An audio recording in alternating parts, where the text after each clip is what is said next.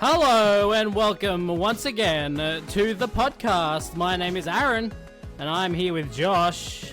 It's a sign that we need to do these more regularly because every time that music plays, I'm reminded that, that music fucking rules. Yeah, it's great. Shout out here. to the artist that I took it from that I can't remember. But Nice. Thank you very much for making that. It's very good. Anyway, This week, we're talking about Spooktober movies. We're talking about Hades 2. We're talking about Silent Hill. We're talking about Pokemon Legends Ninja Gaiden 4, Ghost of Yotei, Arc Raiders, Reanima. We got so much stuff to talk about. We got to start with Josh because Josh is every October, Halloween time. Josh saves all of his horror movies for October. He doesn't watch any. No, you don't watch any the rest of the year. I watched You save The them all Monkey. for October.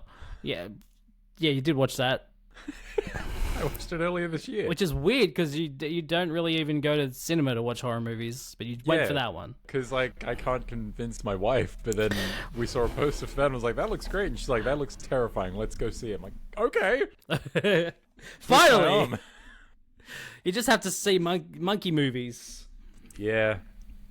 Unfortunately, that was it. That was the only one. What about Batman? You missed it. Oh, yeah.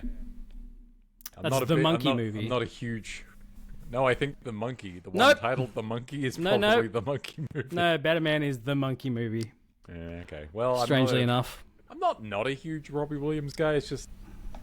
I don't know, music biopics aren't really my thing. Sure. I hear the movie's really good, I don't mind watching them in the comfort of my own home, but I need to be able to walk away and take a break. Sure. It's fair enough. But yeah, Spooktober's been going. We've seen some good ones. A lot of recent stuff that has been quite good. I caught up on The Substance, which is fucking incredible. Finally. You were so happy that I finally saw it, so you could be like, look at these gifts. Talking about that movie for a year, but also not talking about it because I didn't want to spoil anything. Yeah, you were like, look at what this Halloween costume spoiled for me. Which is the most insane way for that thing to be spoiled. That movie is such a good time. It is a good, psychological thriller with a lot of body horror all the way through, up until the last 20 minutes where it goes completely off the rails. Yeah, it does. And becomes insane. If it wasn't insane before, it doubles down on being just the most mental shit in the world. And it's great. What's there? Margaret Qualley? She's great in it. Demi Moore's great in it. It's great. Yeah. It's really great. Very good movie. Longlegs. Longlegs is very creepy. Yeah. Maybe the most unsettling that Nick Cage has been intentionally. Right. It's saying something, yeah. Yeah. Yeah. Longlegs is good. It's it's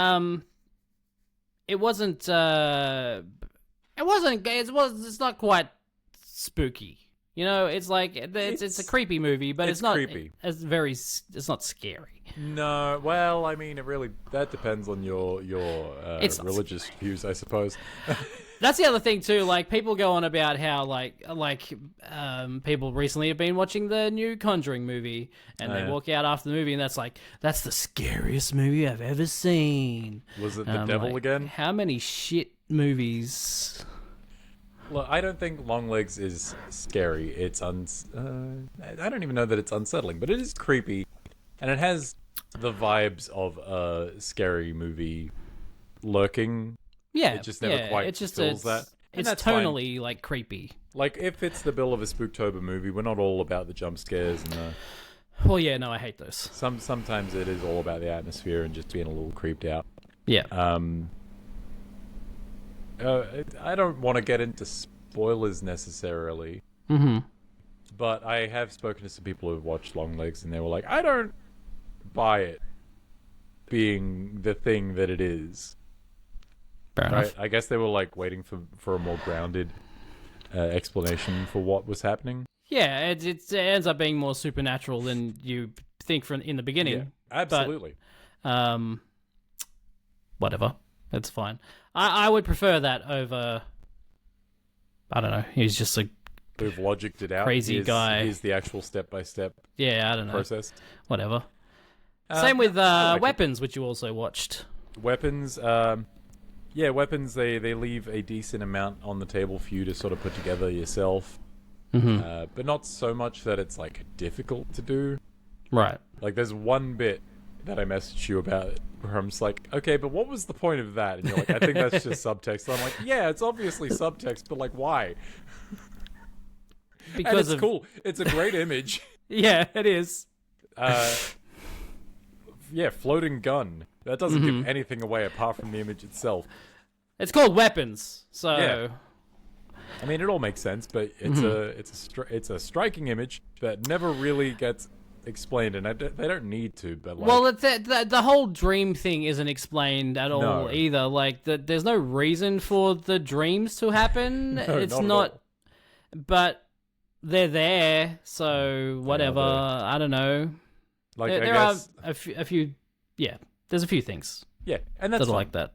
It's I'm horror. fine with it. We can be unexplained.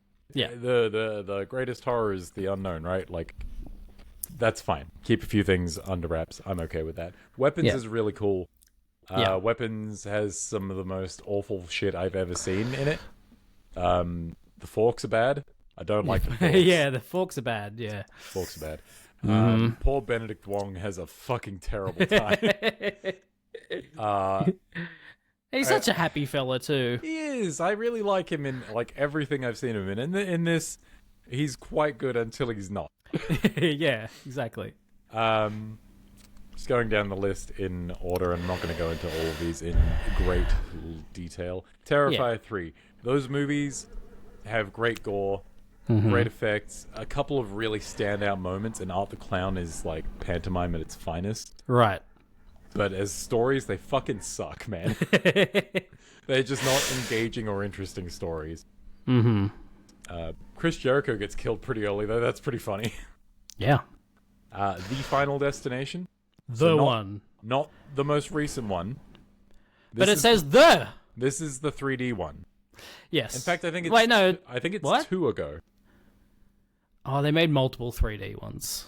I think it might have been the first one. No, 3 is the first one with the roller coaster. Oh, yeah, okay. So I saw the roller coaster one a few years ago. And I'd watched most of the Final Destination movies, but this one wasn't available for free on anything, and I'd be fucked if I was paying for it. Fuck that. And after watching it, I stick by that. It's not very good. The gore is not very good. The kills aren't very interesting. Yeah. And the 3D is that 3D where it's like, oh, look, it's in your face. Whoa! Yeah. I hear the new one's good. Yeah, so I'm going to get HBO Max at some point because I've got a few things to watch on there, and that's on there. Yeah. Onibaba, thank you for hooking me up with that. Sure. Thank you, YouTube. That was weird, and, well, I don't know what you mean. I watched it totally legitimately and paid for it with my hard-earned $. Yep, totally. Onibaba is a classic of Japanese horror cinema. It's a slow burn, but it's cool. It's got some stuff going on. And I was just in that kind of mood because of some of the stuff you and I were both playing at the time. Yeah. Marvel Zombies, which you spoke about last week for Star Wars Tank. Yes. Decent. That's a thing. Alien Romulus. I love a good alien movie, and that's a good alien movie. Yeah, it is. One of the best like synths in the series. Some questionable CG/AI stuff going on there. Yeah. With a different synth. They've made it better than it was in cinemas. The visual quality of it is not necessarily where my issue lies. Okay, yes, that's fair. But yeah, that's real cool. I'm glad I stayed mostly unspoiled on like the big thing at the end. Yes. Sure is a big thing. That's fucked up. Have you seen the guy that plays it? Yes. That guy's fucked up. Not to be very tall or anything, but he's like, I'm a tall guy. I'm like 6'4" and a bit. I'm like this much under 6'5". He's 7 something, I think. He's terrifying. If I met him in public, I think I would break down. Yeah. Alien Romulus is really good. It's a shame that I understand that Fede Alvarez wants to go do other things. He seems to want to just like make one entry in a series and then just go like he did with Evil Dead. He did it with Don't Breathe. Did he do Evil Dead Rise? No. He did the Evil Dead like reboot. Oh, the Evil Dead. Oh, yeah. Is it the Evil Dead? Yeah. No, the Evil Dead is the first The first Evil Dead. So he did Evil Dead is the reboot. I see. Yeah, so he did that and then moved on, and then someone else did Rise, and then he did Don't Breathe, and then someone else did Don't Breathe 2, and then now he's done this, and someone else will be making the next one. But kind of don't hate it. Like, do a bit of a wander. Yeah, no. Sort of mosey on into a franchise, do a thing, make your mark, and then leave. Yeah, it's very, I think it's good. It's very cowboy. Yeah. Mayhem. I saw Mayhem. Yes. Not a horror movie, but enough gore in it to sort of push it over that line. As the guy from Walking Dead? Yeah, Walking Dead, Fast and Furious, and he's the voice of Invincible. Okay, yep. I do not recall his name. Stephen Yeun? Yeah, Stephen Yeun, that's the guy. Got him alongside oh god, what's Elrond's niece's name? Australian actor. You know, Agent Smith. Yeah. Oh, okay.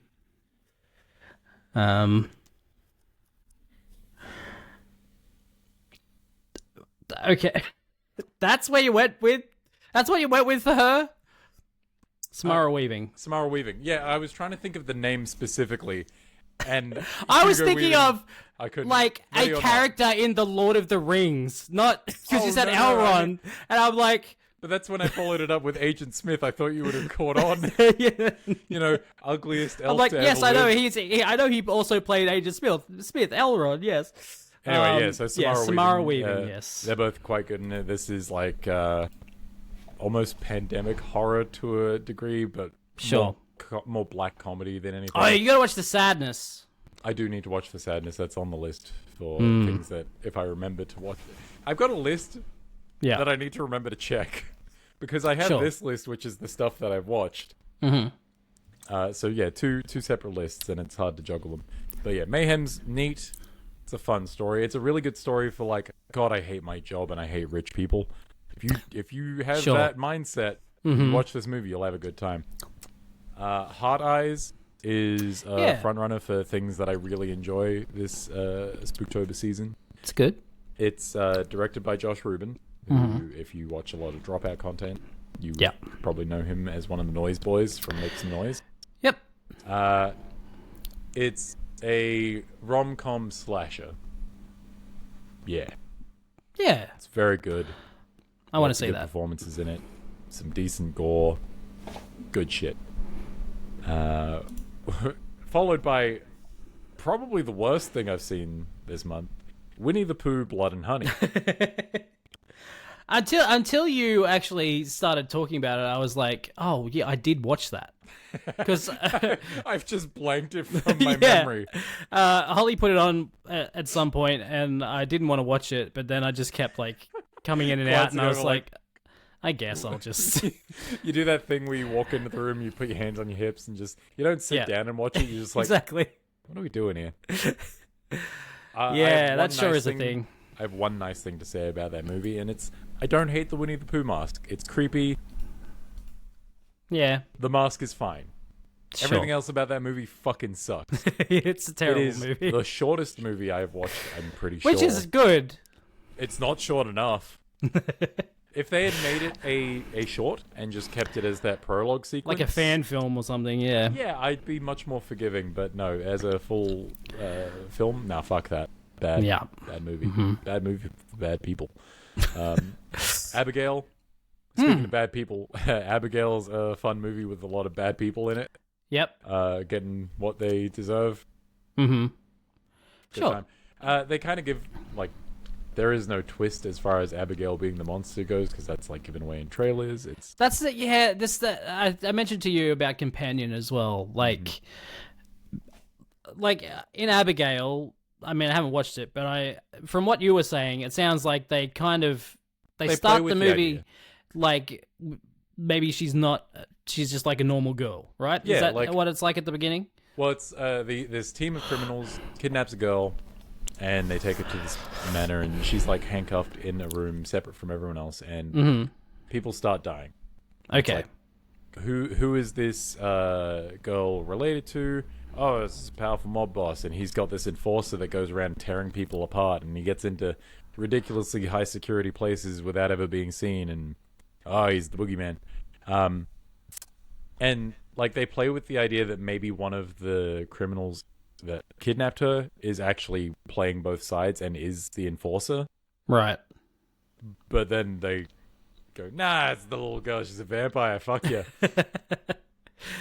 Yeah, so Companion does a similar thing, where it's like the beginning of the movie, in the trailers they give away that she's a robot, like it's and the poster, she's got like robot eyes and stuff. It's the entire point. It's the point of the movie is she's a robot, but the beginning of the movie, it's not a thing. Like it's a reveal later on. Sure.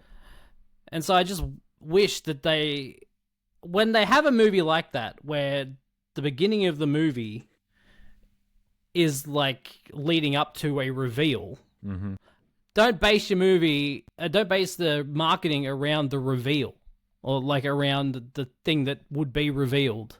Yeah. It's hard because with something like Abigail, the entire appeal is seeing a little girl ballerina rip hardened criminals limb from limb. Like, that's what's going to get people in the door. But there are other vampires in the movie, right? No. There's not? There are, but not for most of it. Like, it is predominantly the little girl. I guess it does make it difficult to market then. Yeah. It had, to its credit, like that twist, they blow on the trailers and they give that away. There is no game to give away there because it's just, that is the game.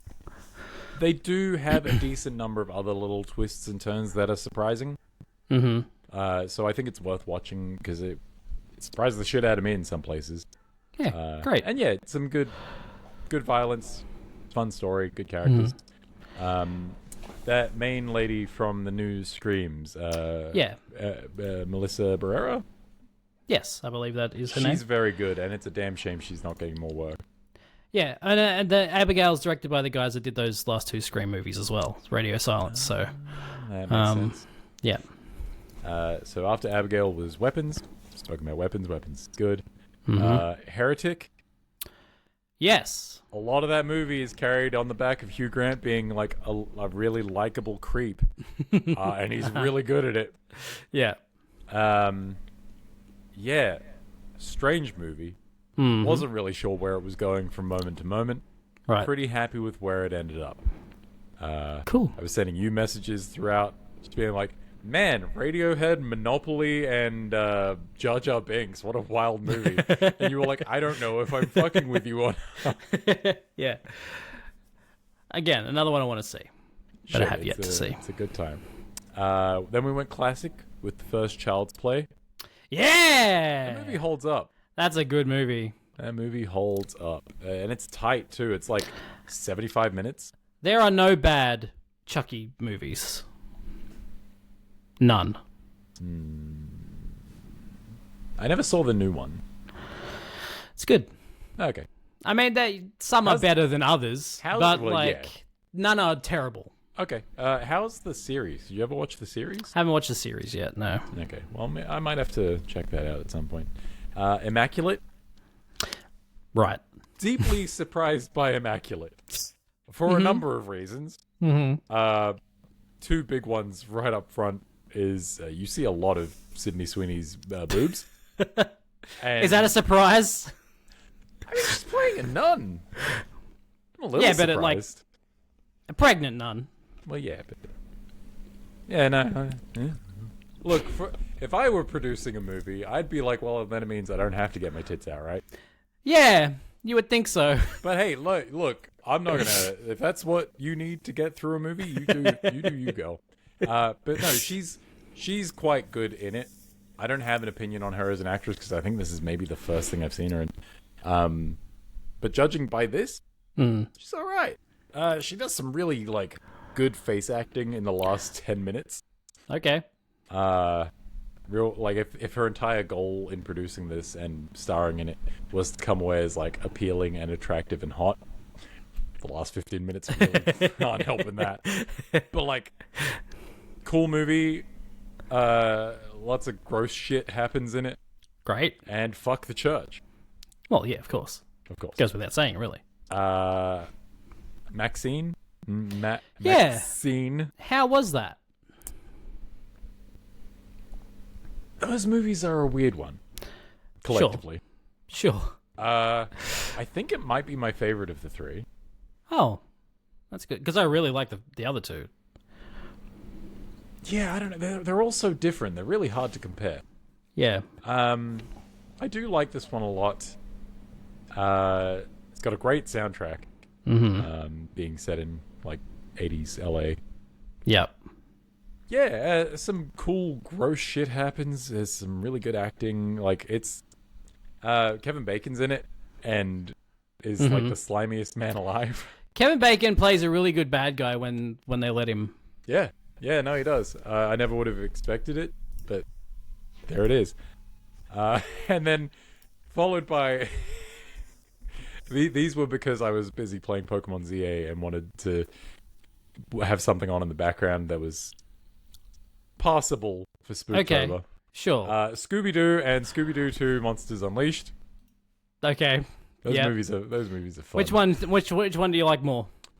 Oh, probably the first one. I'm trying to remember. Does Monsters Unleashed do the real monster thing like the first one does? Okay.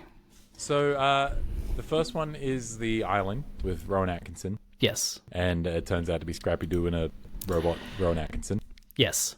And those are technically real monsters also because of the soul stuff. Yes. But then the Monsters Unleashed does the real monsters in that they are turning the fake monsters into real monsters, and I'm not sure I was paying enough attention to figure out how that worked. Sure. But yeah, no, those two are a good, fun, like have on the background kind of time. I had been thinking the last few years that I should watch those again, and I'm glad I did because they're dumb. Hi Jamal, thanks for watching. What next? Blink Twice. Yes. Going from Scooby-Doo to Blink Twice is really something. Because that's quite a jump. Blink Twice is dark as hell. Yeah. I wasn't quite expecting it because my wife recommended this one. She's like, let's watch this one with Channing Tatum. I've heard good things. I'm like, okay.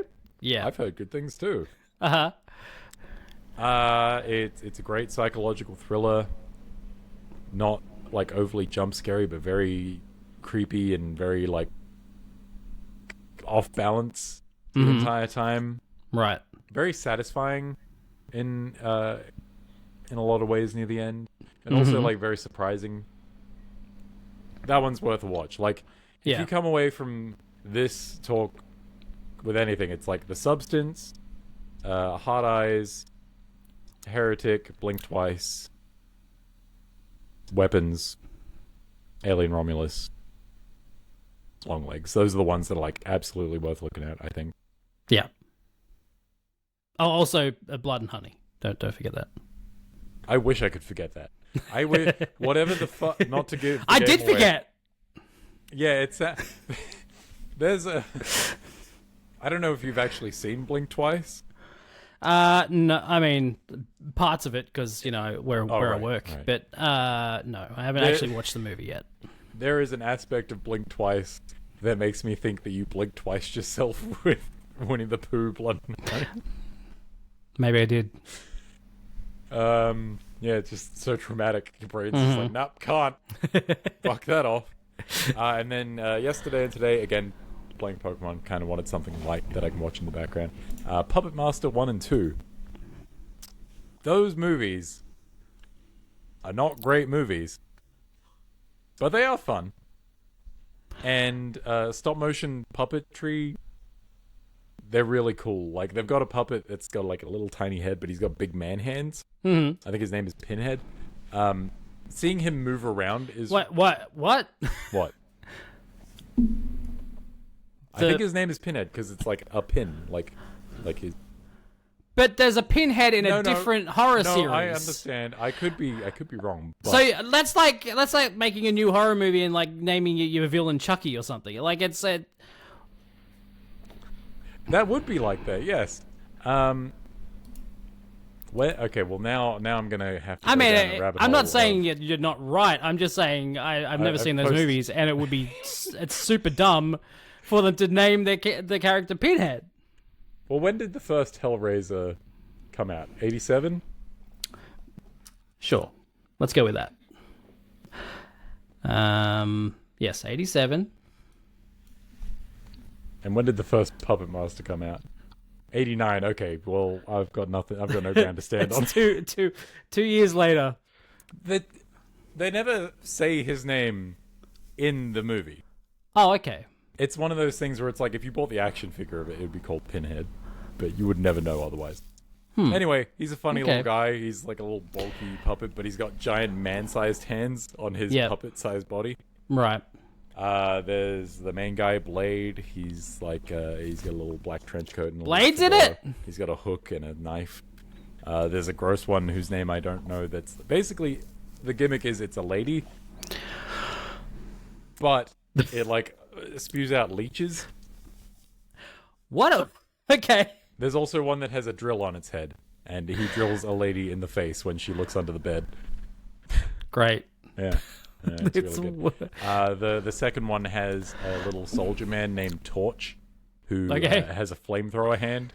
Nice. It's implied that he kills a child, because there's a kid who's playing with his little army doll and a whip outside pretending that he's Indiana Jones, like, die Nazi. And all of these puppets are like, they're not Nazis, but the Nazis wanted the Puppet Master and his dark, evil Egyptian magic, because the Nazis were all over that magic shit.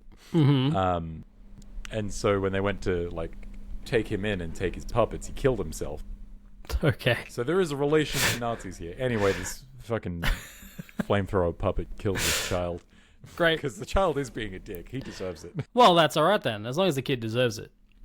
Yeah, I was looking at all these puppets as the movie's going. I'm like, man, I would love to have one because they're like sizable. They're like this fucking tall, like surely they make 50 centimeters tall. They look pretty sturdy. Surely, they wouldn't be cheap, I imagine. Probably not. I'm looking forward to the third one because I'm pretty sure that's a flashback where the puppets are the good guys and they fight Nazis. Sounds good. I think there is a gunslinger cowboy with like 6 arms. I think his name might be Six Shooter. Nice. I like it. Yeah. So that's Puppet where we're Master at redeemed. for Spooktober so far. Great. I don't know about that. Redeemed. But yeah, those are some Full Moon Studios movies, and that company is famous, I guess, for like having a lot of B movies. One of which is basically Doctor Strange, but with all the serial numbers filed off. Okay. Cool. Yeah. Cool. It's a weird studio. Well, there we go. That is Josh's Spooktober movies so far. Let's talk about some of the games we've been playing. I just want to go through. Steam had a Next Fest again, where they had a whole bunch of new demos for games that are upcoming. Hell yeah. I played a bunch of them. Firstly, I played Terrifier, the arcade game. Hey, we got some crossover. It's not good. Do you kill Chris Jericho? No. Oh, well, then what's the point? It is a beat 'em up, side-scrolling beat 'em up, with a retro style, and it's lots of blood and guts, but it's very boring. And at not least it's fun. not an asymmetrical multiplayer game. That is true. It's not. I'll take a mediocre beat 'em up over whatever the Halloween movies are doing next year. Mediocre is one way to put it. I mean, boring is mediocre. If it's bad, then it's like unplayable. I don't know. The you bar can for definitely bad play it. Video games is At least the demo that I played. You can definitely play it. Something else that's playable is Bubsy 4D, which I played the demo of, and that is what if Bubsy 3D was a video game that you could play, and so they've done that. And just raising the bar on what it means to be a video game, because I'm pretty sure that was a video game. No, it's not a video game. It's game form of bunch torture. of crap they put together and then put on a disc and then they gave it to people because no one bought it. What do you think video games were in the 90s? Way better than Bubsy 3D. I mean, generally, yes. Ever heard of Resident Evil? I think so. That's a video game. It's good. In fact, it's like 5 video games, at least. Bubsy 4D seems like it's going to be pretty good, at least from the demo that I played. It's got a lot of like different movement that you can do. You can curl up into a ball and you can roll around, or you've got like 3 different ways you can jump. Like there's like a triple jump essentially, kind of like a glide as well, which Bubsy's known for. Bobcats, gliders. Yeah, exactly. That's what they do. Mm-hmm. It seems like it'll be pretty good, and also it's got like decently animated cutscenes with like voice acting and like a story. It seems like it's. Let's say it could possibly be the best Bubsy game ever made, which isn't a high bar. I was gonna say, but that's good. That sounds like it actually has some potential. Yeah, it definitely has potential. I played Skate Story, which I really liked. It's really weird. You're essentially dead. Great. I love it already. You are doing tasks for Satan, I suppose, some sort of devil, creature, demon, and you do it on a skateboard. Naturally. Yeah. There you go. The demo is essentially you go from the levels are you're skating, obviously. You kind of control like a car in a racing game. So you hold X to go, and you can drift by holding down square. Sure. And then you can do tricks with the triggers. Each trigger does a different trick. The triggers and the bumpers do different tricks. Right. And at one point, after you're done with the first few levels, which are basically just going from one end to the other and trying to dodge different obstacles, and you go through portals into different realms, I guess. Mm-hmm. And you kind of go from a real world city setting into something that's a bit more stylized and weird looking. And so you get through those levels, and then you're in basically an open section. It's not like a huge open world, but you're in an open section where you can go to a store and buy stuff. Can I buy an Isaac Clarke costume for $35 Australian dollars? No, there's no cardboard Isaac Clarke costume. That is the biggest fucking hell. God damn it. EA, you sons of bitches. Holy shit. It's bad enough that they're charging $30 for a fucking skin in their game. Yeah. It's not even a proper fucking Isaac Clarke. It's a cardboard Isaac Clarke suit. Yes.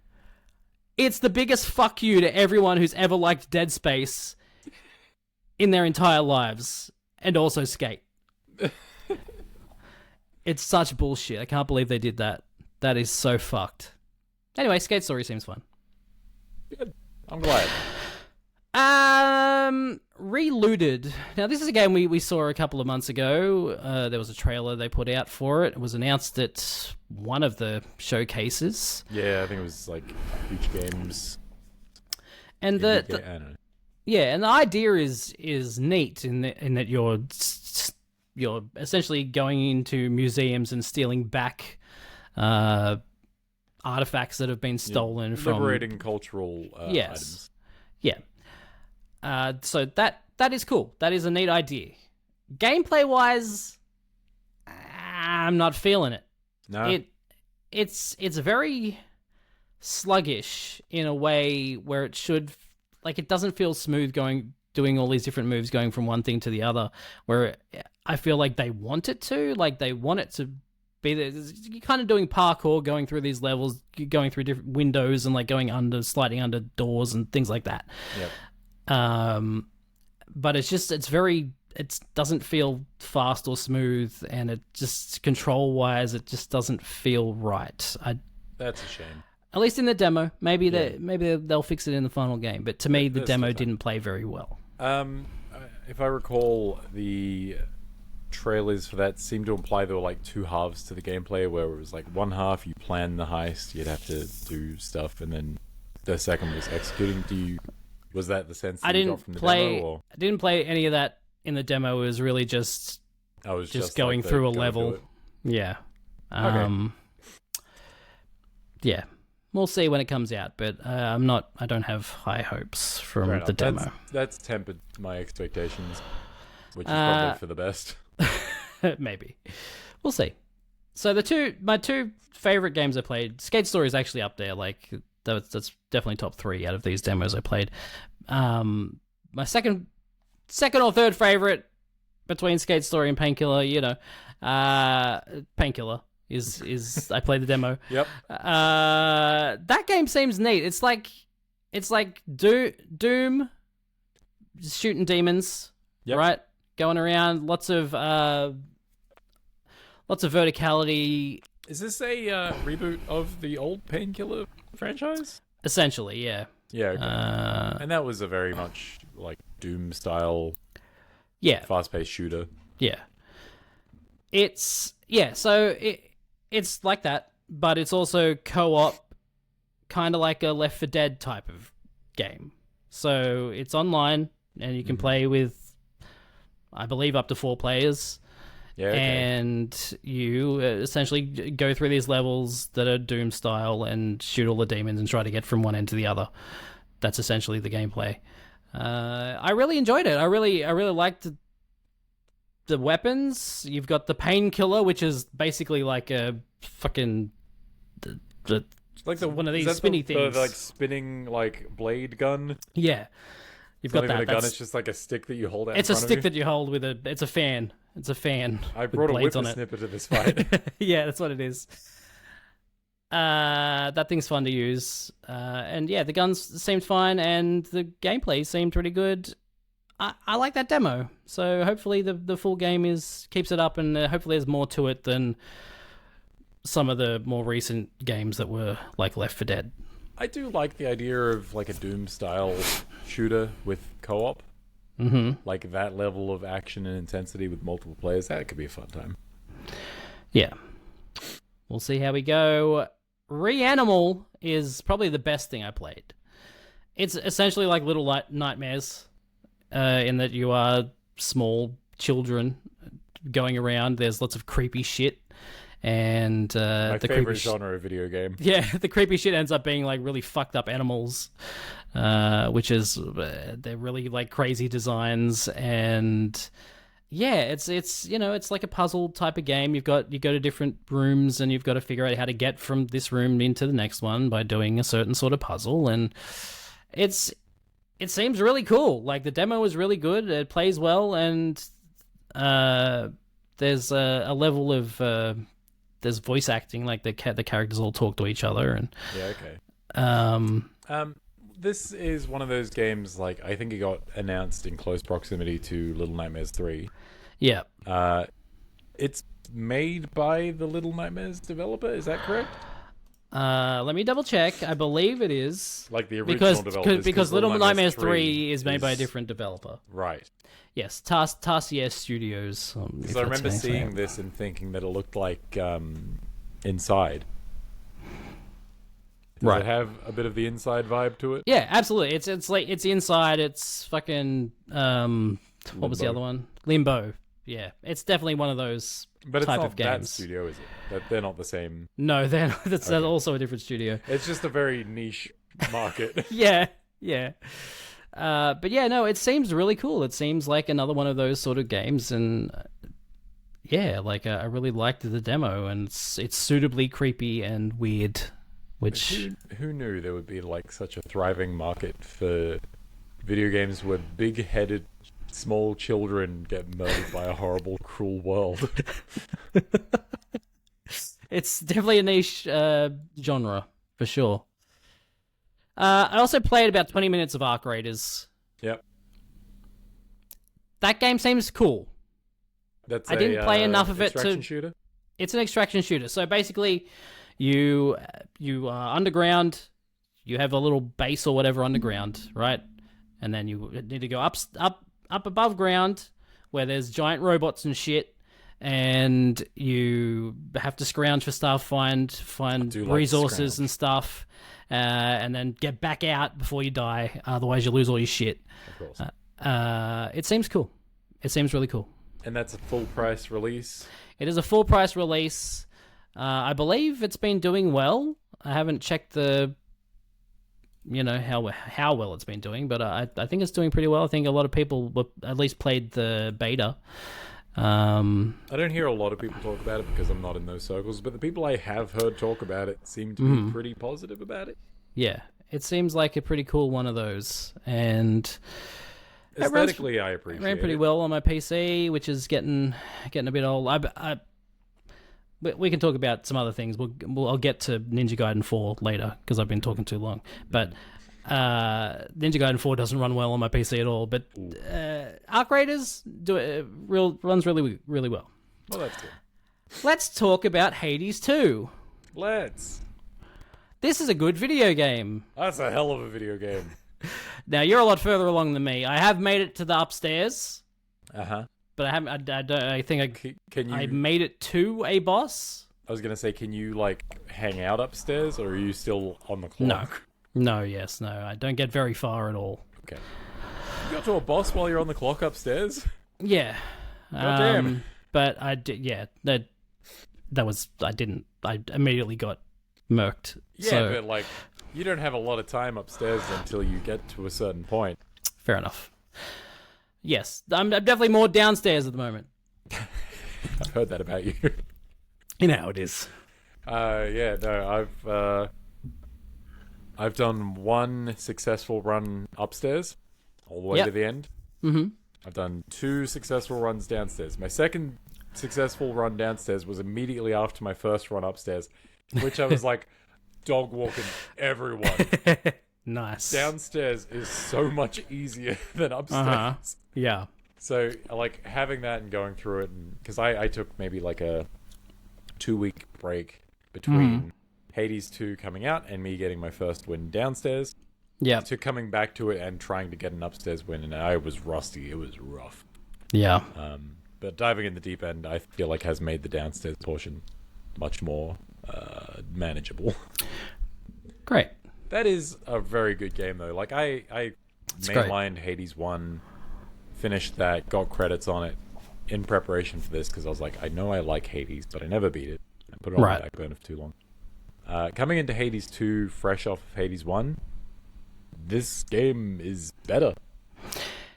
Yeah, I played a little bit of Hades again in the lead up to this coming out. And yeah, that game is good, but I definitely prefer the characters and also just the gameplay overall. They definitely refined it and made it more enjoyable. Like just stuff like your magic being a meter rather than having like 3 shots of a thing that you have to go and collect. Yeah, and then also charge moves that are your magic attacks. Mm-hmm. Like little things like that have been really good. Changes to certain characters and how they work with keepsakes and stuff. The weapons on offer are really cool. Yeah. It's just really cool. It's really good. The game looks good. great. It runs great on the Switch. Yeah. Yeah. It does. Like, damn, that's a good game. It's a very good game. Definitely a contender for Game of the Year. Yep. So, How's Silent Hill F going? Silent Hill F, or Silent Hilf, Silent Hill, or Silent Hill FML, is good. It is. I don't even want to say flawed, but it is janky in the way that a classic good Silent Hill is. Yeah. Where combat is not ideal. Yes. You don't want to be in a fight if you can avoid it. No. Puzzles are a little obtuse. Yep. Both being like simultaneously very vague and open, but also very specific in some strange ways. Like I had a puzzle box where there were multiple layers to it, and the first clue was like, remember this cake we had with these fruits that were sweet and tart. I'm like, okay, well obviously it wants me to pick like which fruits in these puzzle boxes are sweet and tart. Right. No, it just wants you to pick every fruit. Right. And then the next one was like, we'll imagine ourselves in spring when the sakura flowers are blooming. I'm like, okay. So it just wants trees or flowers. No, it wants sakura trees and sakura flowers, and you better know what they look like, you motherfucker.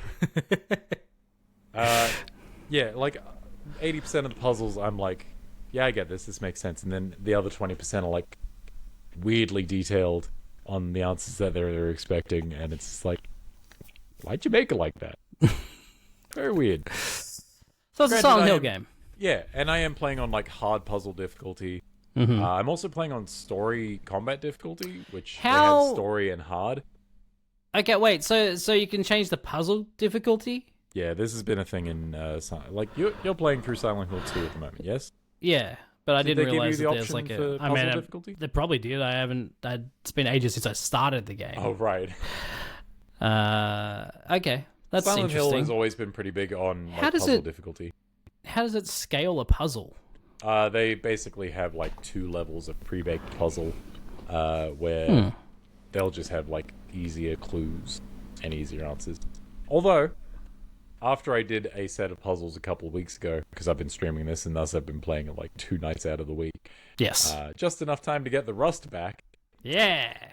I looked up a puzzle after I'd beaten it, and the IGN walkthrough was like, just a note, if you chose easy puzzle difficulty, this one's actually kind of harder. What? Because, like, what makes a puzzle easy and hard is totally subjective. Great. It's weird. But yeah, like, vibes, immaculate. Yep. Silent Hill F is such an atmospheric, creepy time. It looks really nice, too. It looks good. It looks very good. Like, the change in scenery to rural Japan is a nice change. A lot of the enemies have, Japanese cultural vibes to them, what with like the porcelain masks and different, states of like ceremonial dress. And then there's like fucking creepy Japanese school children scarecrows. Fuck those guys. Yeah, and like the sound design in that game is so good. I feel like it's spot on with like, I don't have any 3D audio set up. Like these are Pulse headsets, so it can do the 3D audio stuff. Yep. But I've not set anything up with that. And I'm playing... It doesn't just work? Well, I mean, I guess maybe it does, because I'm playing with this into my laptop. It's not plugged into the PS5. Oh, okay. But it sounds like it's working. Well, you'd be getting stereo sound. But it's like really accurate. Like I can hear something behind me and know that it is like to my right behind me, or like far off in the back corner there. Like Fair it's enough. felt uncannily accurate, more so than anything I've played in a long time. Okay. I don't know how 3D audio works, but me either. fair enough. And anytime I've tried to set it up on the PS5, it's like, oh, can you hear the drop of water? I'm like, I fucking guess so. Is it above me? Is it below? I don't know. Story-wise, yeah, shit's going weird, man. It's a Silent Hill. People hate you and you hate people, maybe? Oh, yeah, Silent Hill. There's this one bitch, Rinko. Fuck that bitch. God. Uh-huh. Her inner monologue is Skeletor. Sure is. As someone who's been watching your streams, I've very much enjoyed your Skeletor impression. Yeah. It's great. Yeah. Great stuff. You're going to have to go check those out on House of Horror on Twitch. Yeah, look, reading those notes in Skeletor voice was a very good decision on my part. Mm-hmm. Yeah, cool game, worth checking out. Yeah. Classic survival horror. Yes. Very good. Pokemon Legends Z to A. I said the name right. God, there's so many games, guys. Why are there so many games right now? Look, people seem down on it, which I get. If you're into Pokemon, it's different. It's new. It's sure. Pokemon fans whatever. are always down on Pokemon. They sure are. But they're also weirdly enthusiastic about Pokemon. There's no winning. Like Star Wars fans, they hate every bit of the media, but fans, they'll play it and they'll. Oh, you better believe they'll play it, and then they'll defend it to the death, even if it's terrible. Yeah. But not for the reasons that you think it should be defended. No. How do you feel about this game? Because you've played more Pokemon than games than I have. So I long for a classic Pokemon game after Legends Arceus and this. I thought Legends Arceus was a neat experiment. This is better than that. I think this is like a genuinely fun game. Yeah. It's not necessarily what I want coming from a Pokemon game. There's not a lot to it. No. It has a story, and it's basically you're just trying to level up the whole time. That's honestly, that's the game. Its story stuff is probably the most interesting a Pokemon story has been. Like, Pokemon stories you tend to be pretty incidental to. Mm-hmm. Like, you're going off on your gym journey, you go and fight 8 gyms, and go to the Pokemon League, and you'll be champion. That's your story. But there's a whole bunch, there's crime syndicates and world-ending events happening around you. That's a Pokemon game. This one, you show up in the city, and you're, conscripted to join this group to rise through the ranks of the city's Battle Royale program. And that all flows into this thing of, there is a cataclysmic event happening in the city, and it's all focused on, urban redevelopment. In some weird ways, and Pokemon are mega evolving. They're going rogue, and we need a strong enough trainer to avert this crisis. Have fun. Sure. So it's probably the most involved story a Pokemon game has had in a while, I feel. But that's not the thing that bothers is the wrong word. Bothers sounds too negative, but I do long for a turn-based strategic Pokemon game, simply because the battling in Arceus was turn-based, but it wasn't great. And you mostly didn't battle, you just did a lot of sneaking up on Pokemon and catching them from the bushes, avoiding battling wherever possible. And then sometimes you would fight a trainer. Not often, but sometimes. And then more often you would fight a prominent Pokemon out in the wild, and it would be like a Dark Souls boss fight where you've actually got to actively dodge attacks. And fight back. This has a lot more battling, which is cool. Yes. The battling is real time. Yeah. And it's weird, but I do like it. But I like weird. it. I like it a lot. I like they're mixing it up and they're trying something different with Pokemon for once. I am down for them trying something different, even if it is fucking strange. I haven't really. So you can change the position of the Pokemon, right? While you're. But I haven't quite figured it out because I'm just running around in circles. There is an locking on, and then just hitting different attacks. Yeah. But then every now and then my Pokemon moves, and I'm like, okay, you can move if you want to.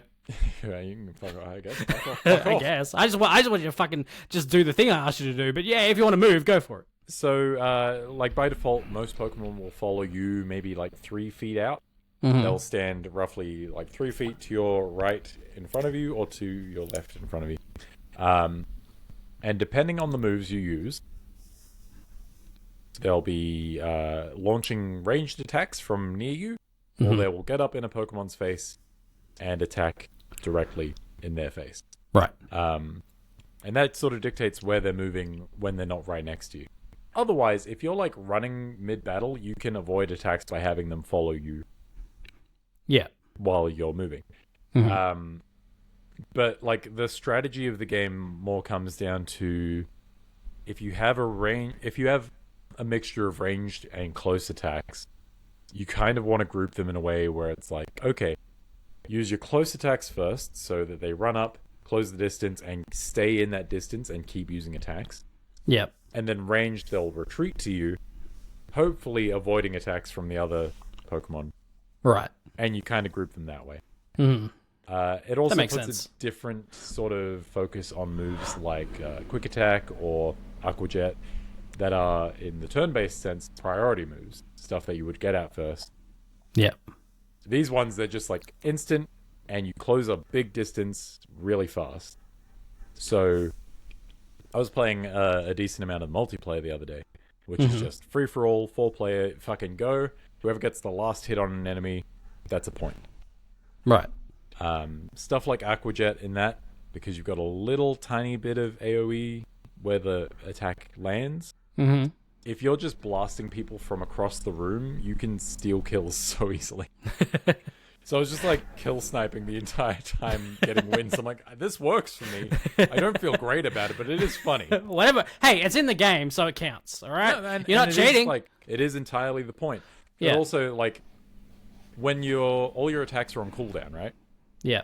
So I'm one of those people who, at least in the Pokemon story, am just kidding my Pokemon out with all the offensive moves. I don't fucking care about Tail Whip.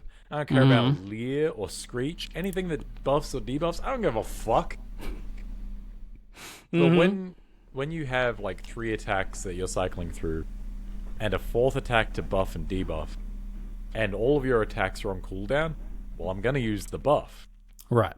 It makes those moves feel more, maybe not like useful, but they feel like less of a waste. Right. Like yes. they're there, and I've got nothing else I can do. I may as well. Might as use well. it. Yes. Yeah. I felt the same way too. Yeah. I'm really liking it, and I do like the simplicity of just you don't have to fucking travel to gyms, do any of that shit. Just battle a bunch and level up, and then maybe one day you'll be rank A, you know? Yeah, rank A. Rank A. It is funny that you say that about the gym thing, because this absolutely had the potential to be like, here's 26 gyms. Yeah. And I wouldn't have hated it. Right. I feel like we'll be talking a little bit more about this next time. Okay. Because there's some... I wish they would go back to doing like a classic Pokemon Game Boy games, like a top-down, isometric Pokemon game with like modern graphics, right? Sure. Would you want like 3D graphics, or are we talking like HD 2D? Because HD 2D would be cool, but I meant 3D, like make it like those new Zelda games, you know, but Pokemon. Yeah, Game Freak has this thing, right, where for some reason Pokemon in 3D look fucking weird and dumb and bad. Z2A has done remarkably well in not making them look shit. Sure. Like, it's not the most visually impressive game, but it is a nice looking game, I think. Yeah. There's bits where it looks a bit fucky. Some of the buildings have windows textured onto them.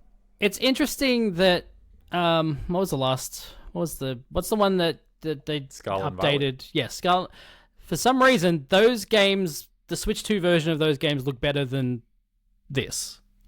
Do they? Really?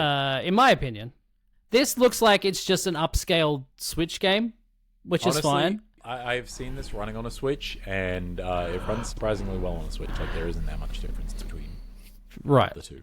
But it just feels like this is just an upscaled Switch game where those games, when they ported them to Switch 2, they like put a little bit more effort into it and were like, oh, we can improve this here and there and make it just look a little bit nicer, where this just feels like a straight port with a higher resolution.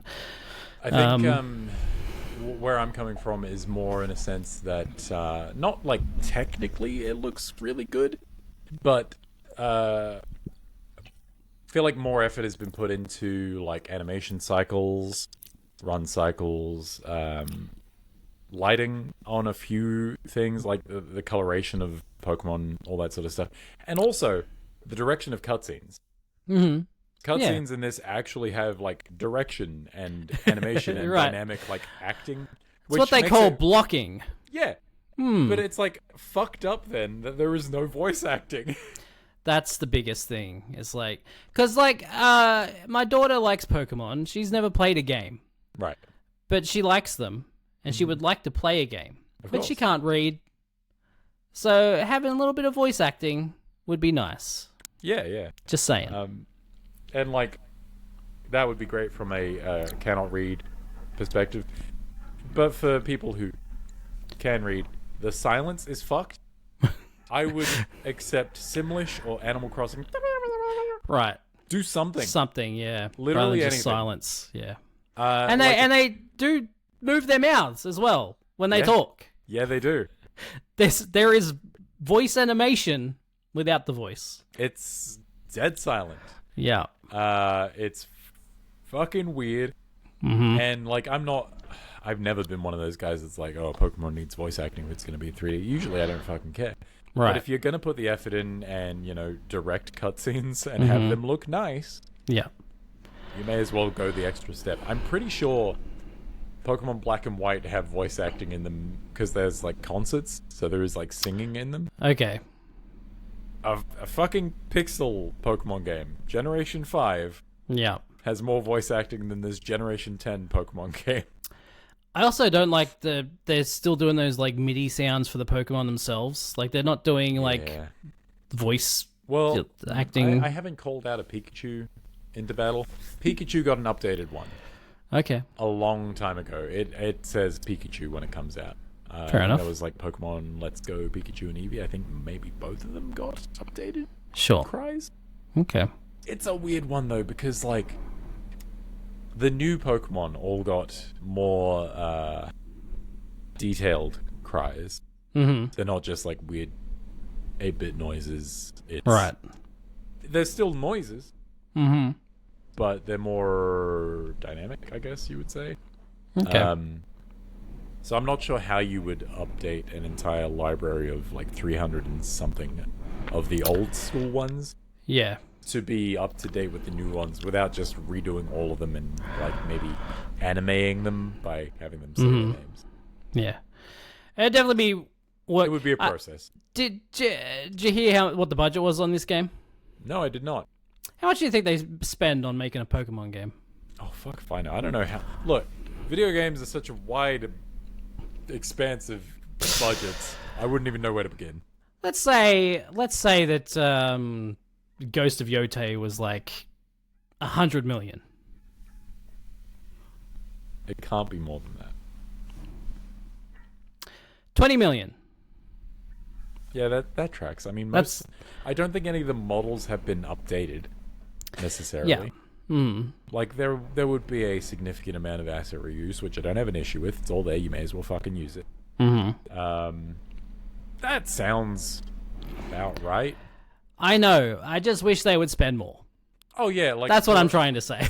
No, I understand. For a flagship franchise, what is Pokemon like the highest earning, highest grossing media franchise? Doesn't surprise me. Like they could afford to do something. They could spend a bit more on a Pokemon game, but they know people are gonna buy them. They don't give a shit. Well, you don't become the highest grossing media franchise by spending more money. Yeah, no, that'd be crazy. Anyway, good game so far. I have no complaints yet. Neat game. Ghost of Yotei. That's a fucking cool game. You finished it. I platinumed it. Oh, okay. Well, there you go. Great. I have not gotten very far at all, but I have enjoyed what I've played. It's very much like an expansion on Ghost of Tsushima. But how do you feel after finishing the game? I think it is broadly an improvement on everything. People online do that whole thing where it's like, oh, it's been enough time. Ghost of Yotei is so much better than Ghost of Tsushima. I'm like, yes, But also, like, Yotei's building off a lot of stuff that was there, so let's just call it on the better thans. I will say I really like Ghost of Yotei's story a lot more. I love me a good revenge tale. Of course. This feels a lot more like authentically samurai cinema than Tsushima, which was like the honor versus survival morality, and it's like, yeah, that's fine, that's okay, that's modern. What about revenge? Revenge, though. Hell yeah. Gameplay direction, I think the new open approach to like structure, you can go after this one or you can go after that one. You have like 3 branching paths at the start and they do converge. It's not like open world. Well, it is open world, but it's not like open-ended in the sense that you can go and do whatever you want right off the bat. There's a path that you follow, but you're essentially... We start at this point, we branch out, and then we come back in for the end. And I like that approach. It does mean that I spent roughly 20 hours in Chapter 1. Yep. I didn't remember there being a chapter title card until Chapter 2 showed up. I'm like, oh, fuck. Oh, no. What have I done? It's very easy to get sidetracked with all of the side stuff and so much. Not know if it's a side thing or not, really. Like, a lot of the side stuff is really well written. Yeah. So every time you run into something, you're like, is this the thing that I'm meant to be doing right now? Right. I'll do it. But also, it's good. Like, yeah, it doesn't feel like it's a tacked on thing. Like, it's a good side story.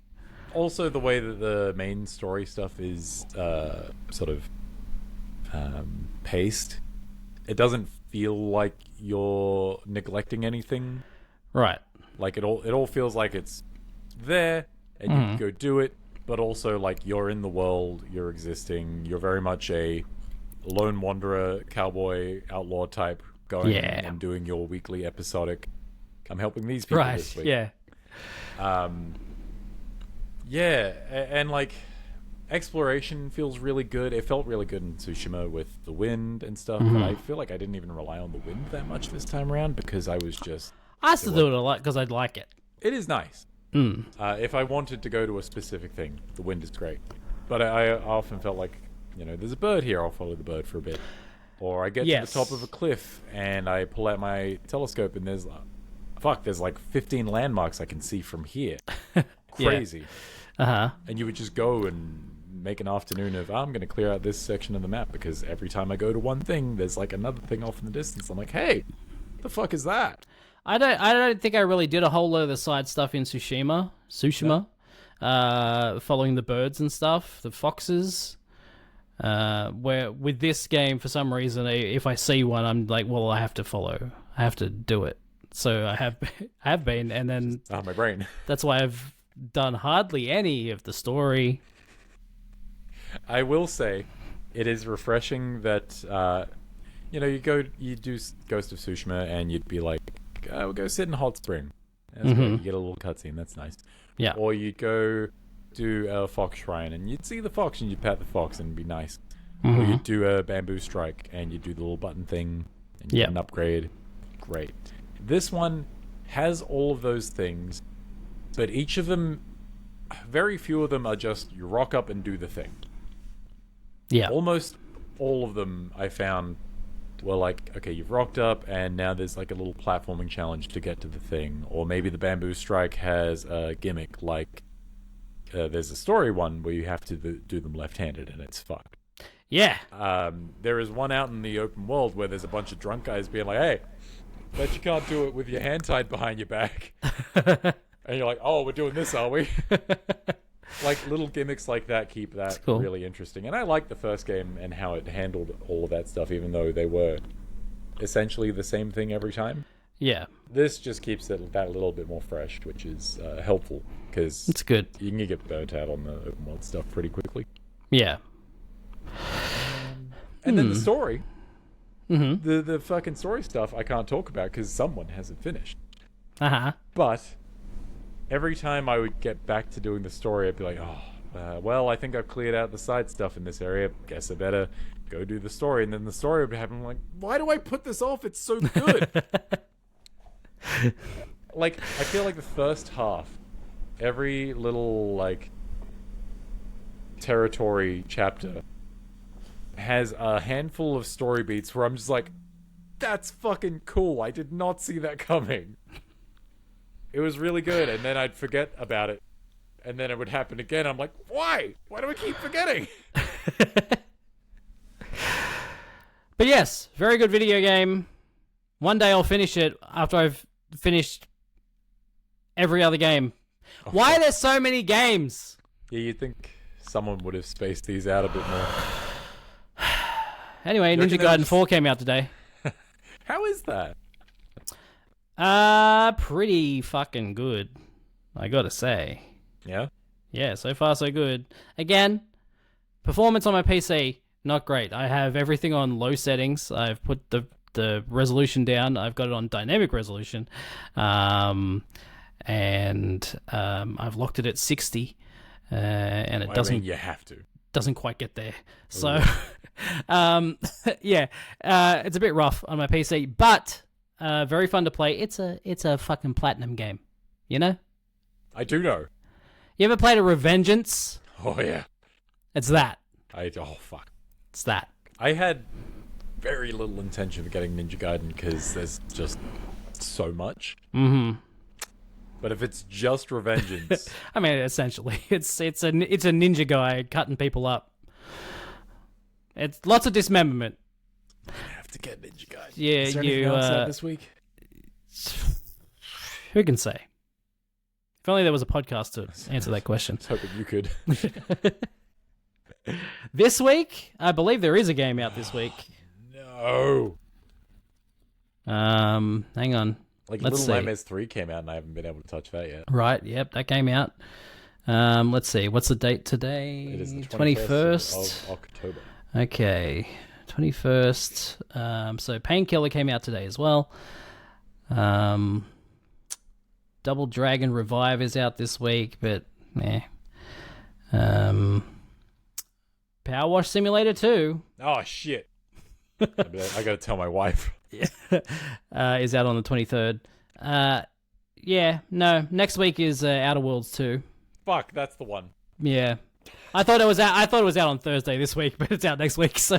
Oh, good. I have more time to maybe finish Hades properly. Oh, Jurassic World Evolution 3 also came out today. Rip. Oh, also Keeper came out as well. Who? Keeper, the Double Fine game. Oh, the Lighthouse one. The Lighthouse one. It would have been nice to know about that because I was actually kind of interested in that. I've been using the DualSense with my PC. Mm-hmm. Lots of games, all of the games I've played so far work with it. It's been great. I loaded up Keeper. Guess what? Doesn't fucking work with the DualSense. You got to have a fucking Xbox controller. So fuck you, Microsoft or Double Fine or whoever the fuck I have to blame. But I'm not playing your shit fucking game until you let me play with the DualSense. Fuck you. So dumb. Yeah, it's super dumb. And also advertise your games. Also advertise your game. 191 concurrent users, I believe, on launch day on Steam. Which isn't it's on Game Pass. It's a day one Game Pass release, so, you know, a lot of people would be playing it there. I was going to say that, that wouldn't be showing up on Steam's numbers, but yeah, like... No, but still, 191 have actually paid for the game. It's not ideal. Good. In the whole entire world, not very good at all, unfortunately. Like you didn't know it came out. No. And I was, like, somewhat interested. Yeah. And I don't have Game Pass anymore, so... Oh, yeah. Well, there you go. So, Ninja Gaiden 4. It's a ninja game and you cut people up. You cut their legs off and then you press triangle to cut their head off. And then that's pretty much, that's what the gameplay's been so far. Just cutting people up. Yeah, great. So, 2 good Ninja Gaiden games this year. Crazy. Wild. Who would have thought? Who would have thought? There you go. That is... Fuck, I still haven't gotten to fucking Shinobi. Damn it. Shit, Shinobi exists. Yeah. Damn it. Yeah. Yeah. Crazy year for games. What happened? people You're all released a bunch supposed of to be games for scared some off by reason. GTA. Yeah, I think they're getting out of the way before GTA. They're like, just get out the door. I don't even care if it works. Anyway. News. This is the news. It's time for the news. It's a few stories to talk about this week. You forgot there was a news song, didn't you? I did. I was prepared for the other one, not that one. Xbox has been fucking up really well the last few weeks. Yeah. They're doing some good fuck ups. Hey, that handheld's out. Yeah, the good. It's crazy you mentioned that. ROG Ally X and the ROG Ally Xbox ROG Ally. But Get it right, Xboxes. Aaron. They're not. No, everything's an Xbox. But they're not Xboxes because you can't play Xbox games on them. That is true. So they came out. They're very expensive. How expensive are they? The lowest spec one is 999 Australian fun bucks, and the more expensive one. Hang on, let me double check here. Ally. I don't think my eyes can open any wider. Xbox. Okay, well we'll see. We'll find out in a second when I tell you that the more expensive one is 1,599 Aussie fun bucks. Sorry, wait, how much? 1,599. $1,600. Yes, for a... That is over twice what I paid for a PS5. Yeah. Yeah, it is. Yeah, it is. Microsoft? No! Well, no. Oh, hang on. Wait, don't blame Microsoft, all right? I will. Xbox's president, chief person, Sarah Bond, was in an interview with Variety. And they asked her about the price of these handhelds. And what the fuck? Her answer was, we looked at how do we create multiple options for people, and it really was ASUS because this is their hardware. That is all of their insight into the market, into the feature set, into what people want to determine the ultimate prices of the devices. So essentially, she was just like, I don't know, they put their price on it. It's got nothing to do with us. That was her whole quote. We didn't decide your Xbox Ally price here. It was at Bill's house and Fred's house. Yeah. Exactly. What are you doing with my Xbox Asus Ally, Fred? But then she also went on to say the reaction was overwhelming. The reaction was overwhelming demand for the device. We sold out on the Xbox store. We sold really quickly at a number of other places around the world. I feel really good about the value that we're giving gamers for the price based off the reception to the hardware. A real confirmation of something that we know and have been working towards for a really long time, which is gaming should act like all entertainment. It should be something you can have with you anywhere. Fucking who? Who bought that? A lot of people bought it, but that's the thing. You know, any popular hardware, like brand, whatever, the console will sell out straight away. Like that's how it's been the last however many years, right? Yeah. It's how long it sells after that. Like after the initial launch. We need to know what the tail's like. Yeah, exactly. But like, you know, fuck off. It's so in the US, like we're getting fucking reamed on the prices for these things because the more expensive one in the US is $999, where that's the lowest spec one price here. I was gonna say that, like, conversion rate, that doesn't add up at all. Nope, not at all. I'm not bad. I'm not good with math, but I'm not that bad. Actually, it's not far off. Actually. Oh god, it would end up being like what, 15 or 1450? 1540. 1540. Oh, got my numbers mixed up. Close enough. Damn this dyscalculia. But yeah, it's just crazy. The hardware prices at the moment, these consoles and gaming handhelds. I put an article up on Total Badness last week about like five things that Microsoft can do to come back or whatever. Stop closing your studios. It was, and like The top one was like, I don't know, fucking lower your console prices, because it used to be that consoles, they would sell at a loss. And they would make all of their games back, all of the money back on selling games and accessories. Yes. That was how it always was. And then for some reason, this generation, it's like, no, we've got to make all of the make profit immediately. Yeah, everything has to be a profit straight away. And Microsoft. Unfortunately, they will get away with that because, like, what will you do? Not buy a console? You gonna play PC? You gonna play PC? That's actually what people said with Xbox, is that they're not going to buy that. Yes. Because, look, the way they've been advertising Xboxes this generation is it's just a PC. Yeah. But worse. Like, at least with PlayStation, you're looking at a library of games that aren't necessarily going to come to PC, and if they do, it's going to take a while. Xbox, they've always been, well, almost always been day and date with their first-party software. Yeah. Like, just get a PC at that point. And honestly, like, when the next generation rolls around, probably get a PS6 because I'm a fucking idiot. But it might be just time to invest in a PC and just that. Yeah, I mean that's what I did at the beginning of this generation. Is like all of the Xbox games are coming to PC, so I was like, I'll just fucking build a PC. It's only been in the last year and a bit, 2 years that things have started to chug. Yeah. I mean, either way, you're going to be upgrading. It's just you want to upgrade little bits at a time. Which is maybe more affordable, or do you want to just take one massive hit and feel bad about it for the first 2 years? Right. So in the interview, Sarah Bond went on about, because, there were rumors recently that Xbox was just completely getting out of the hardware game. They've released this handheld through a third party, Asus, so there was rumors that they were just going to completely just go third party. And frankly, who could blame them? Well, that was, again, in my article, is like, just fucking stop selling consoles. Just go third party, release your games on everything. Xbox, just be a publisher. Yeah, exactly. But she said, we are 100% looking at making things in the future. We have our next-gen hardware in development.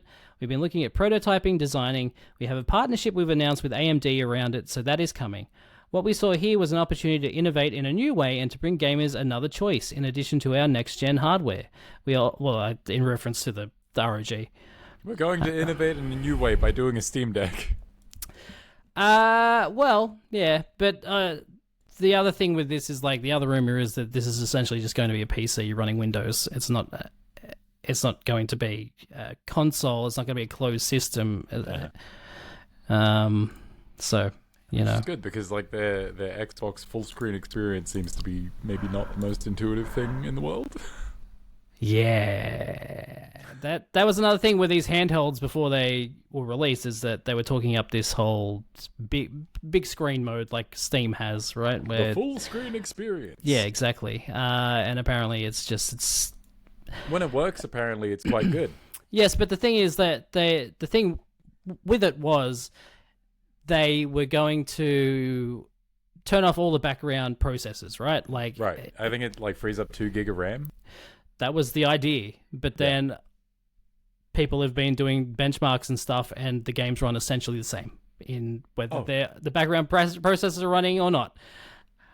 And just judging by some hands-on impressions from the guys at Giant Bomb, it sounds like setting that shit up isn't necessarily as easy as it should be. Yeah, and I mean, you're essentially running a Windows PC, so it comes with everything that you would essentially get when you have a PC. You have to go through installing Windows at the beginning, or doing all the updates, all that bullshit. And also, it being a ROG product, you've got your Armory Crate shit on there as well. Yeah. And all their bullshit. Yeah. It sure is a thing that is out, and people can buy if they want to. But again, $999. That lower made of money. That lower power one, by all accounts, is essentially the same specs as a Steam Deck, which is much cheaper than $999.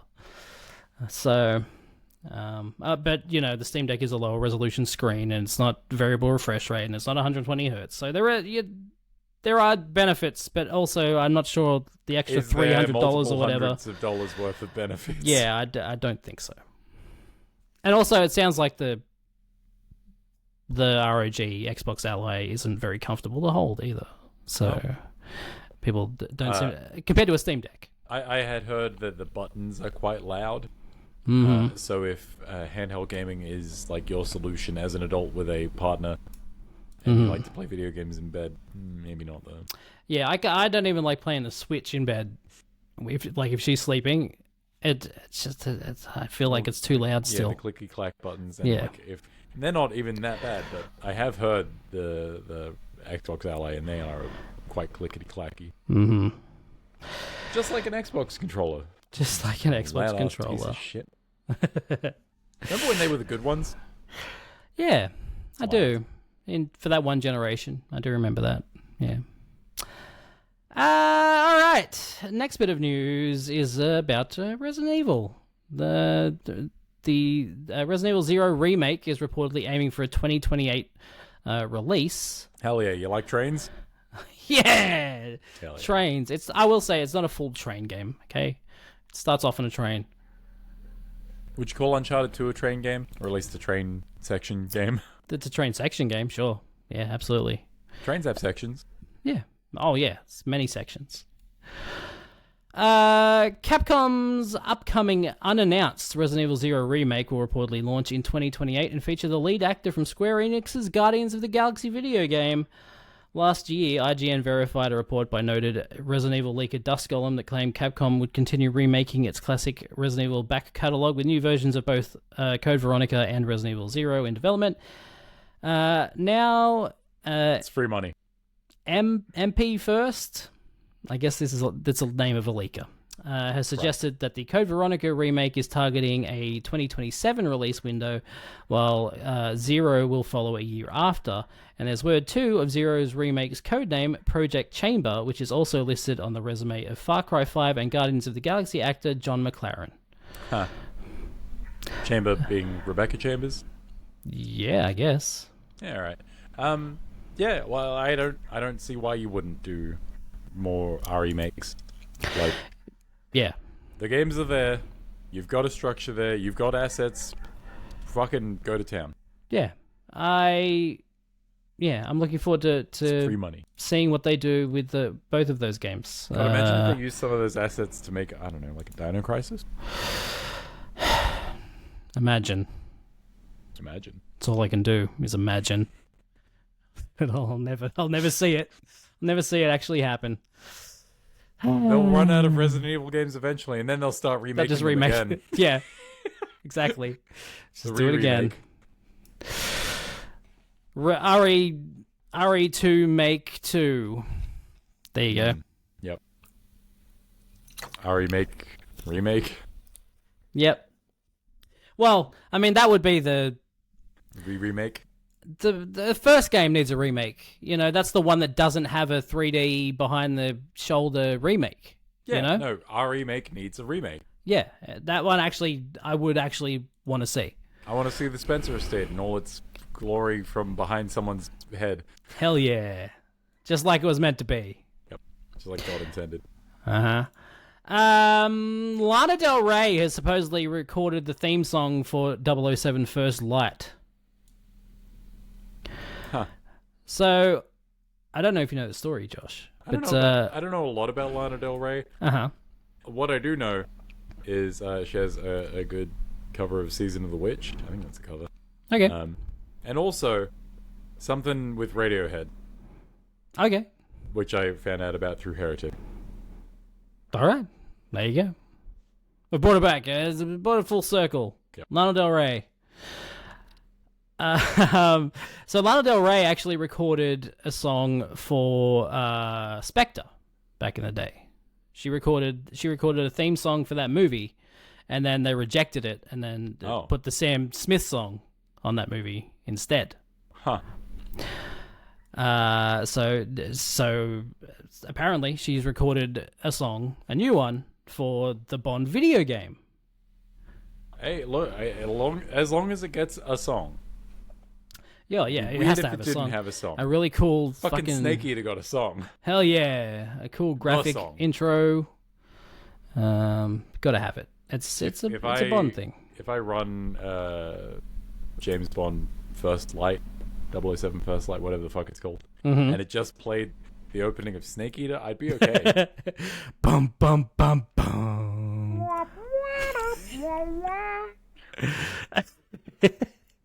There you go. There's the news. What a thrill. What a thrill. You know what else is a thrill? Darkness and silence in the night. Emails, it's time for emails. This is where we answer your questions. As the song says, it is time to answer some emails. These ones have come in from Lauren. Long-time listener, long-time emailer. Multiple time emailer. Thank you, Lauren. Thank you, Lauren, so much for sending in questions. Very horror-themed questions this week, which is fitting.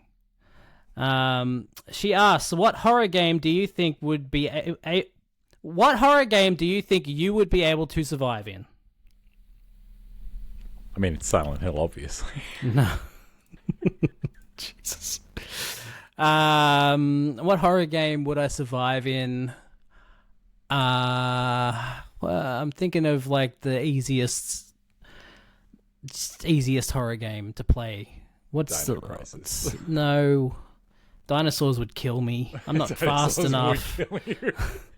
Not fast enough. Dinosaurs would carry you into a big rotating fan on a Yeah, building. exactly. Exactly. I am intelligent enough Mm-hmm. to survive until dawn, I think. Oh yeah, that's a good one. Because a lot of the shit in that game, Mm-hmm. you mostly die because you're a fucking idiot. Right. Yeah. I'm not a teenager anymore, so hey, I'm good. And I'm not a hobo. Those are the only people that die in that game is teenagers and hobos. Yeah, I can see it. I'd survive Raccoon City. I'm making it out of there. I'm getting out of there. If Tofu can do it, anyone can, I guess. Yeah, exactly. This always comes back to like Silent Hill versus Resident Evil, right? In my Yeah. brain, these are like the two. Mm-hmm. Sure. And Silent Hill, you've made the argument that you never escape Silent Hill. No. The goal is not escaping, though. Right. It's surviving. I can live. I can live for a while in Silent Hill. I like being alone. Personally. But I mean, if you think of some of the games, you're kind of dead already. Yeah, if some you're of the in games Silent are Hill, already you're dead. dead. And just by virtue of being there, you've failed. Yes, exactly. Yeah. I don't know. There are also games in Silent Hill where, you know, people are acting as though everything's normal. Mm-hmm.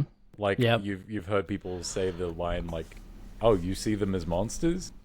Right. Which implies that, like, it's just a normal day for them. Right. You could just be one of those people. Right. Having a real Hopefully, normal one in you Midwest hope so. Yeah. Yeah. I don't have enough trauma to be Okay. a main character in Silent Hill. Fair enough. Yeah, I do. So Whereas, I'm not. like, I don't want it. In Resident Evil, I don't need trauma to have a bad time. True. And also, I don't know how to shoot a gun. Shooting a gun is one thing. I can figure that out. I don't know how to reload a gun. I have to figure out how to fly a helicopter. I'm a nuke. Yeah. You have to deal with a stalker in a fedora. Yeah. That is. Well, yeah. Okay.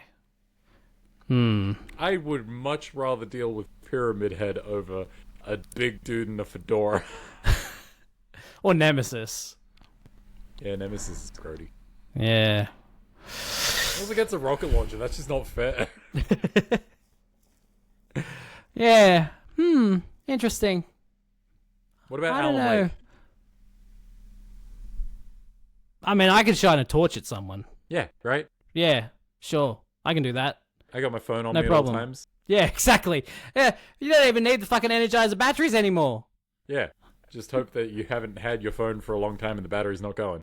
Yeah. Hopefully, you haven't used your phone much that day, because it And, is you at know, nighttime.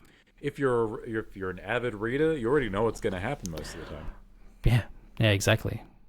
Or a writer, because I mean, you know If what you're you a writer, wrote. you're the most powerful person in the world. Exactly. If you are a creative, actually, you know what? We might do okay in Alan Wake, because if you're a creative, you're doing all right.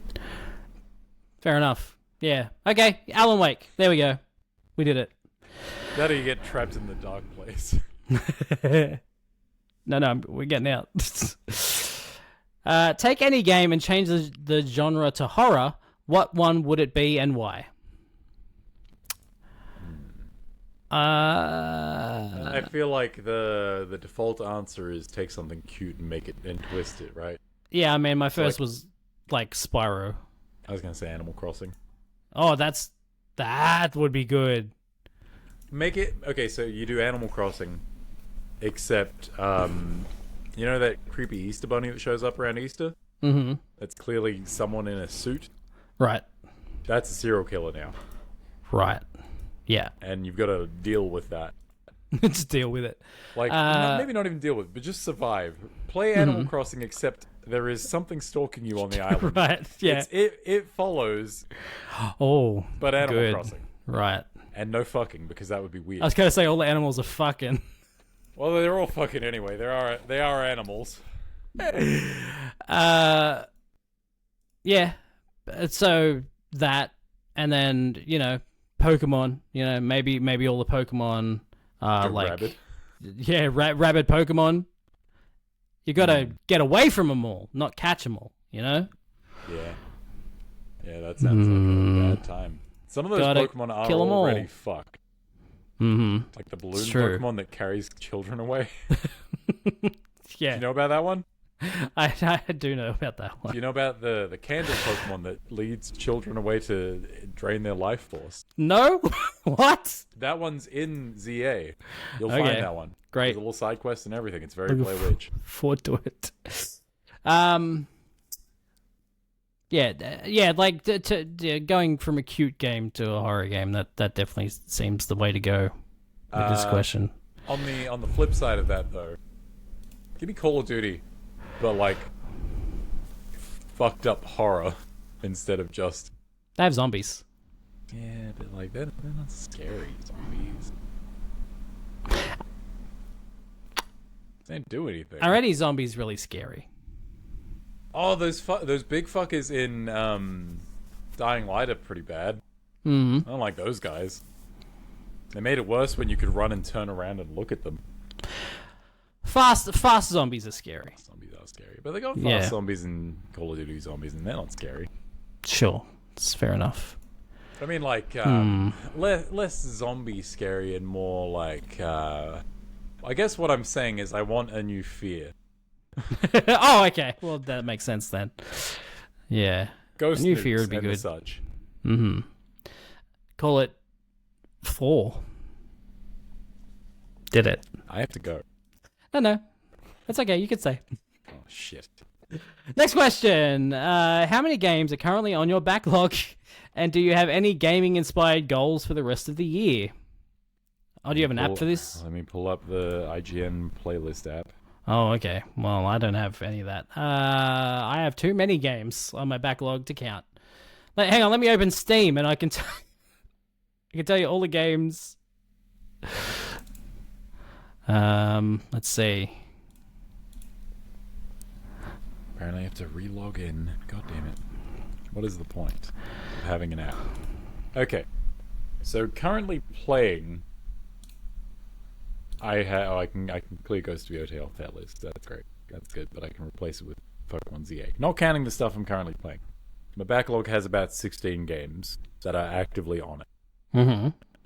I got Persona 3, Persona 4, Yakuza 5, 4, 6, 3, Like a Dragon Guide, a lot of the Yakuza games. Mm-hmm. The Dark Pictures, The Devil in Me, which I've been meaning to play for years. I might even scratch that off the list this year, because I think Halloween is a Friday.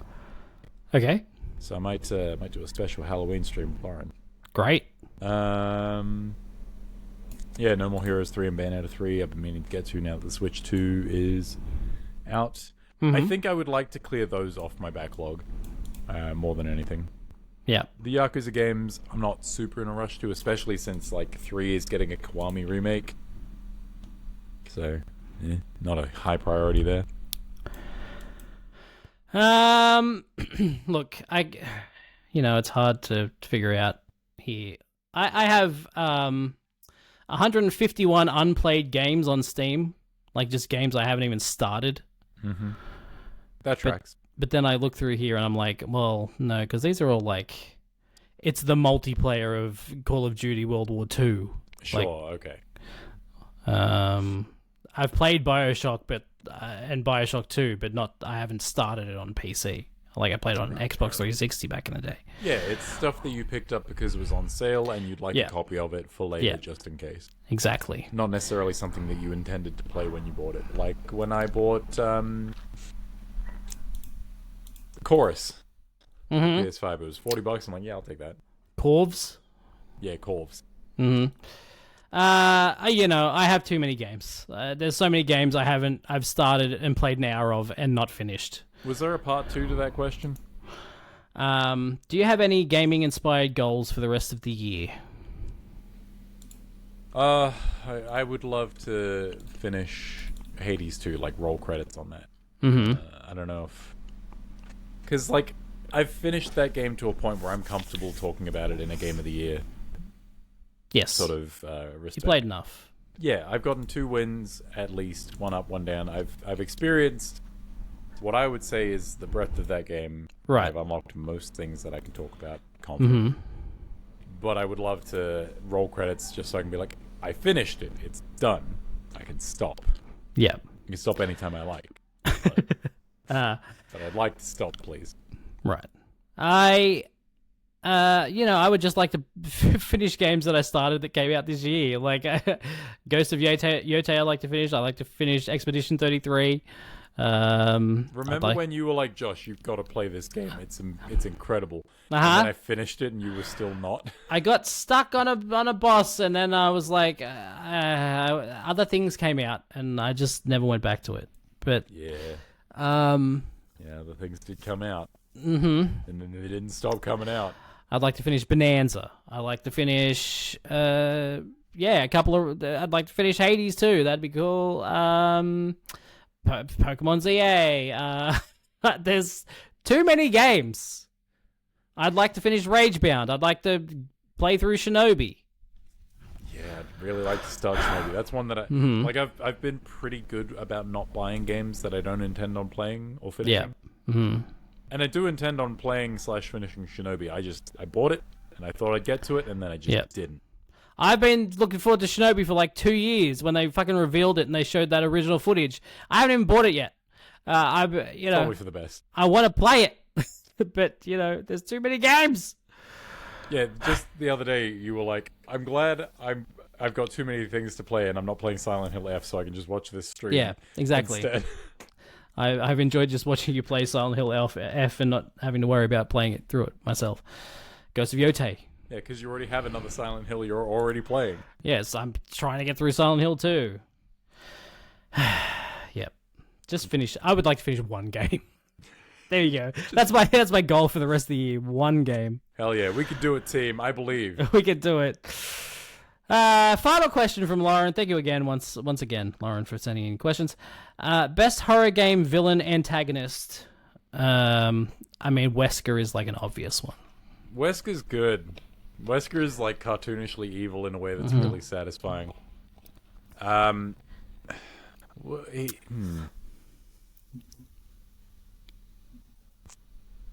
It's hard to call. He's not like the villain though, right? Well, just an antagonist. Yeah, right. And he is absolutely like the iconic villain. Yes, absolutely. Alan Wake doesn't really have a villain. It's more of a nebulous thing. Yeah, it's himself. Like Pyramid Head as an iconic thing in that one game, very cool. But the more he gets trotted out, the less effective he is. Yeah, he's an effective for James. Thing. Perfect. Yeah. Anyone else? Yeah. What the fuck are you doing here? You don't even go here.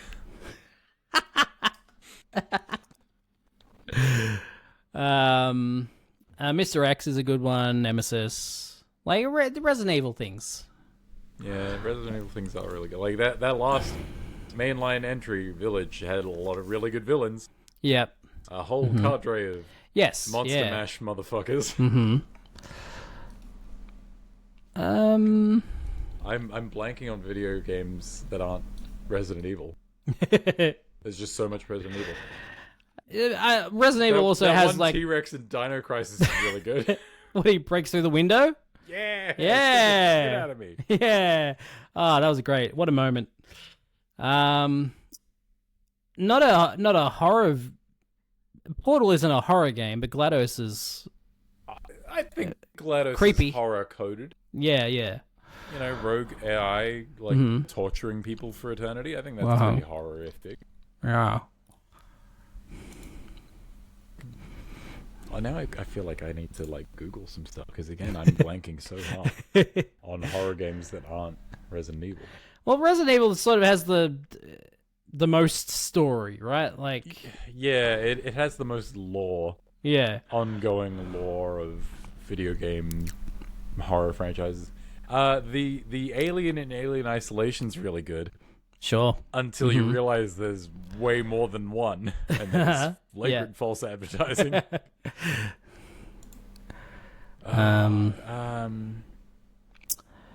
was that one creep in Outlast. I don't like that one creep. All the twins, you know, the ones that always stand around naked. Don't like them. Nah. Big not a fan of those. Whatever the opposite of a fan is, I'm that to them.